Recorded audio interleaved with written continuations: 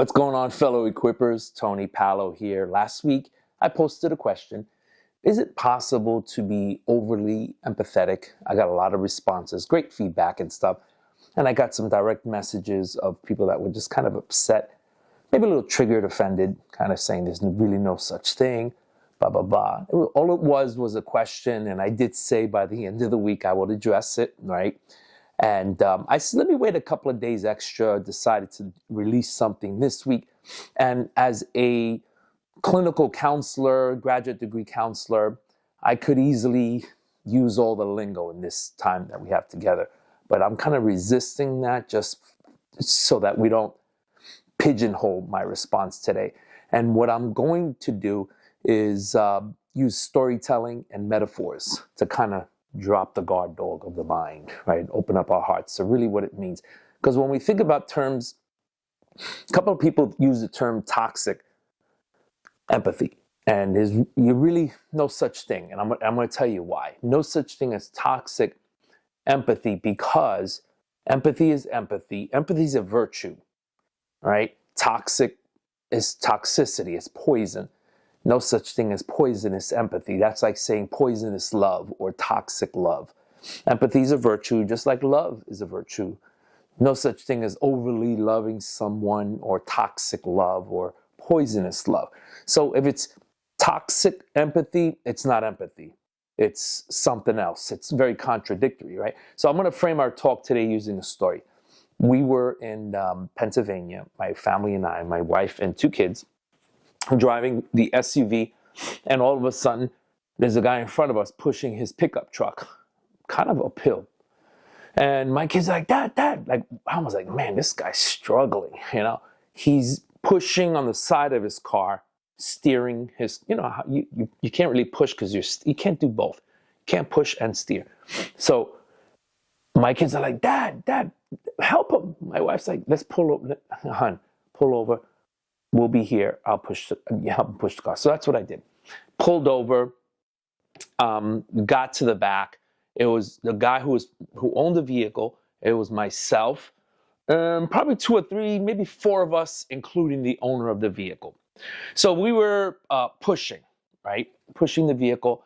And I'm like, yo, we're going uphill. And I was like, this is getting tough.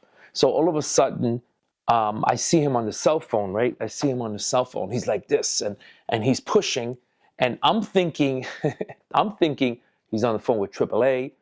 I'm thinking he's on the phone with his wife. I'm thinking he's on the phone with 911, the tow truck, and so he's on the phone like this. Make sure you could see. He's on the phone and he's steering. You're not really pushing. I'm pushing, and the two other guys. I'm like, all right.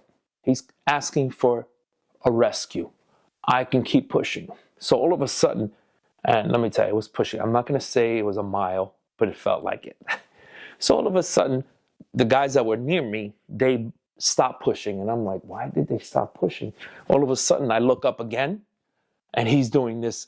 I know it's a crazy story, right? I just bought the truck. I don't know what happened. We're going to figure it out. I think I still have the warranty on it. I'm like, you know what? I ain't pushing anymore. I stopped. At that moment, I stopped. And I didn't stop because I didn't care. I stopped because I needed him to share in the care. Does that make sense? I need him to take responsibility. Empathy was not designed to replace responsibility. Listen, I'll carry it with you. I feel with you. I'm with you. I stand with you, but I won't do it for you. I'll stand with you in the struggle, but I won't replace you in it. And so some of you need to step back so they can step up. So especially those who are I guess the phrase is the empaths, right? And if you say, what is that? Then you don't have to worry about it because you've never been called that. But for those of you who are empaths, this is what we have to really kind of gauge and use discernment, the tension.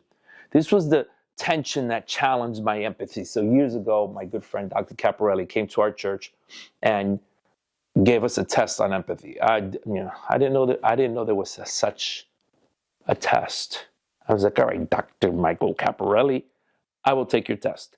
So it says it was different levels of empathy.